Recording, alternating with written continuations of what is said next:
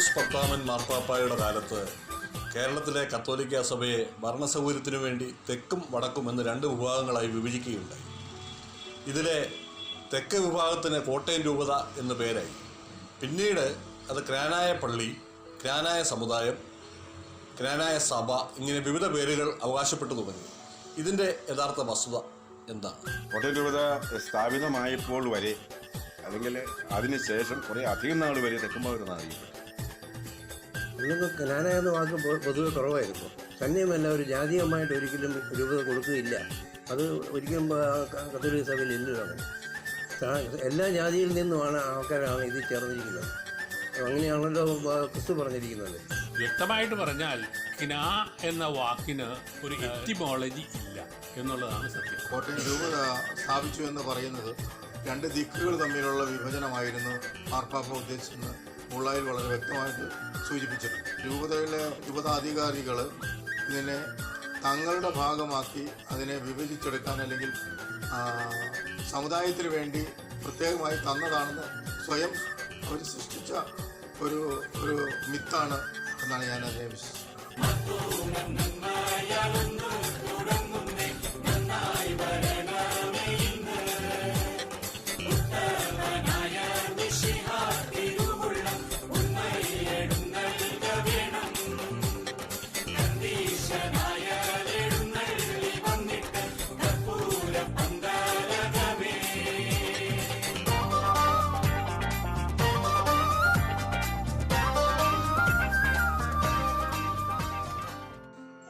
എല്ലാ ജാതിയിൽ നിന്നുമാണ് ആൾക്കാരാണ് ഇതിൽ ചേർന്നിരിക്കുന്നത്.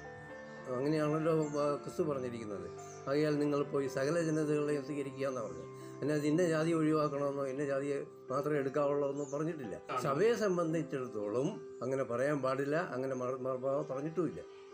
കോട്ടയം രൂപത സ്ഥാപിച്ചിട്ടുള്ള ബോളായിൽ പോലും ഫോർ ദി സദിസ്റ്റ് എന്നാണ് എഴുതിയിരുന്നത്. അതായത് തെക്കുംപാവൂർക്ക് വേണ്ടി എന്നാണ് എഴുതിയിരുന്നത്. അപ്പോൾ അന്ന് വരെ തെക്കുംപാവൂർ എന്നാണ് എഴുതിയിരിക്കുന്നത്. ഒരു പള്ളികളിലും അന്ന് അതിൻ്റെ ഹെഡിങ്ങേ എഴുതിയിട്ടില്ല. തെക്കുംപാവൂർ അറിയപ്പെടുന്നു എന്ന് മാത്രമേ അവർ അറിയപ്പെടുന്നു. അതിനുശേഷം കുറേ നാളുകളായി, ഈ അടുത്ത കാലത്താണ് ക്നായനായക്കാർ എന്ന് പേര് പറയാൻ തുടങ്ങിയത്. അതിന് രണ്ട് കാരണങ്ങളാണ് ഞാൻ കാണുന്നത്.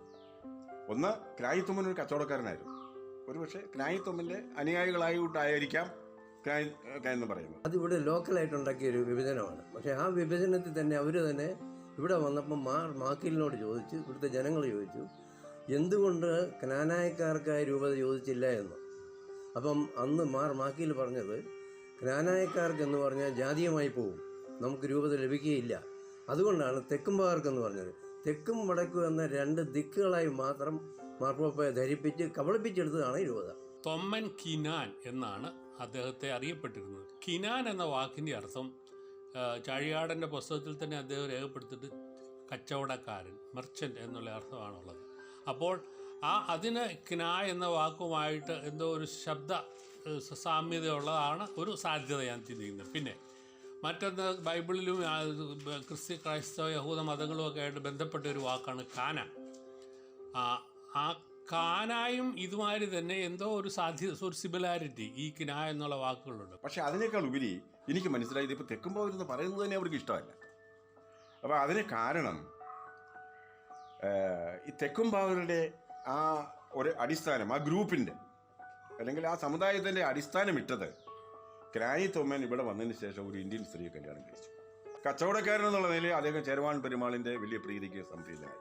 കാരണം സ്വർണം കൊണ്ട് കൊടുക്കും, എന്നിട്ട് അവരുടെ അനുവാദത്തോടുകൂടി ഇവിടുന്ന് മലഞ്ചെരുക്കുകൾ കയറ്റിക്കൊണ്ടുപോയത് അദ്ദേഹത്തിൻ്റെ തൊഴിൽ.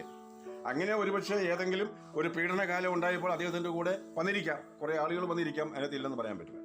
അദ്ദേഹത്തിന് വേണ്ടി ചേരമാൻ പെരുമാൾ അദ്ദേഹത്തിന് വേണ്ടി അദ്ദേഹത്തിന് കുക്ക് ചെയ്ത് കൊടുക്കാനും, അതായത് ഭക്ഷണം പാചകം ചെയ്യാനും, അദ്ദേഹത്തിൽ നിന്ന് ഭാഷ ട്രാൻസ്ലേറ്റ് ചെയ്യാനും ഒക്കെ ആയിട്ട് ഒരു സ്ത്രീയെ കൊടുത്തു. ആ സ്ത്രീ ഒരു വിളക്കത്തി നായരെന്ന് പറയും. നമ്മുടെ ഇവിടെ മലയാളത്തിൽ പറയുന്ന വിളക്കത്തി നായർ, അതായത് നായന്മാർക്കും മറ്റു ഉന്നത ആൾക്കാർക്കും അലക്കുന്ന ഒരു സ്ത്രീയാണത്. ഈ ക്നാനായ ചരിത്രം എന്ന് പറയുന്നതിൽ യാതൊരു ചരിത്ര രേഖകളും അടിസ്ഥാനപ്പെടുത്തിയുള്ളതല്ല. എൻ്റെ അനുഭവത്തിൽ തന്നെ അതെനിക്ക് തോന്നുന്ന ഈ എന്നെ പോലെയുള്ള തെക്കുംപാവ സമുദായപ്പെട്ട എല്ലാവർക്കുള്ള ഈ അനുഭവമാണ്. അതായത് എൻ്റെ മുത്തശ്ശി എൻ്റെ ചെറുപ്പകാലത്ത് ഞങ്ങൾക്കൊരു ചാവടിയുണ്ടായിരുന്നു. അവിടെ ഭക്ഷണമൊക്കെ കഴിഞ്ഞ് ഉച്ച കഴിഞ്ഞ് ഇരിക്കുമ്പോൾ എന്നെയും എൻ്റെ സഹോദരങ്ങളെയും വിളിച്ച് ഈ തെക്കുംപാവിൻ്റെ ക്നാനായ എന്നുള്ള വാക്കൊന്നും അവിടെ ഇല്ല, തെക്കുംപാവിൻ്റെ ചരിത്രം ചരിത്രമായിട്ട് പറയുമായിരുന്നു. പക്ഷേ അതിൻ്റെ അർത്ഥം ഇതൊരു മുത്തശ്ശിക്കഥയാണ്, അല്ലാതെ ഇതിന് യാതൊരു ഒന്നിനും ചരിത്രപരമായ യാതൊരു അടിസ്ഥാനവുമില്ല. സിമ്പോസിയം ഗ്രാനൈറ്റ്സ് എന്ന് പറയുന്ന ഒരു പുസ്തകം റവറൻ ഫാദർ കൊലാമറവൽ അങ്ങനെ ഇപ്പം മരിച്ചു പോയിട്ടു, എങ്കിലും ആ പുസ്തകം ഞങ്ങളുടെ കയ്യിലുണ്ട്. ആ പുസ്തകത്തിൽ എഴുതി വെച്ചിരിക്കുന്ന ഒരു ചരിത്രമാണ്. ആ പുസ്തകത്തിൽ പറഞ്ഞിരിക്കുന്ന ചരിത്രമാണ് ഇത് ക്നായിത്തൊപ്പിന് ഇന്ത്യൻ സ്ത്രീക്ക് കാണിച്ചത്. അന്ന് ബഹുഭാര്യത്വമുണ്ട്, ഇത് അനുവദനീയമാണ്. അവര് യഥാർത്ഥത്തിൽ അലക്കുകാരി ആയ, അതായത് മാനിറ്റോ എന്ന് പറയുന്ന അങ്ങനെ ഒരു ഇംഗ്ലീഷ് എഴുതിയിരിക്കുന്നത് അങ്ങനെയാണ്. എന്നിട്ട് അലക്കുകാരി എന്ന് ബ്രാക്കറ്റിൽ കൊടുത്തിട്ടുണ്ട്.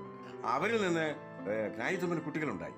പക്ഷേ ആ കുട്ടികളുണ്ടായപ്പോൾ അവരെ താമസിപ്പിക്കാനായിട്ട് പ്രത്യേകം കെട്ടിടങ്ങൾ പണിയേണ്ടി വന്നു, പ്രത്യേകം ചേരി ഉണ്ടാക്കേണ്ടി വന്നു. അന്ന് അതിനകത്ത് തന്നെ മാർ സെബാസ്റ്റ്യാനി എഴുതിയിരിക്കുന്നത് അന്ന് തെക്കുംപാവൂർ എന്ന് പറഞ്ഞാൽ, അല്ലെങ്കിൽ തെക്കുംപാവൂരത്ത് താമസിക്കുന്നവരെന്ന് പറഞ്ഞാൽ അവർ താഴ്ന്ന ജാതിക്കാരെന്ന് തന്നെയാണെന്ന് ഉദ്ദേശിക്കുന്നത്. താഴ്ന്ന ജാതിക്കാരെന്ന് അങ്ങനെ എഴുതിയിരിക്കുന്നത് താഴ്ന്ന രീതിയാണ് അതിനുള്ളത്. തെക്കുംപാവൂർക്ക് അടിസ്ഥാനമിട്ടത് ഈ ക്നായിത്തൊമ്പിൻ്റെ അലക്കുകാരികളിൽ നിന്നുണ്ടായ കുട്ടികളാണ്.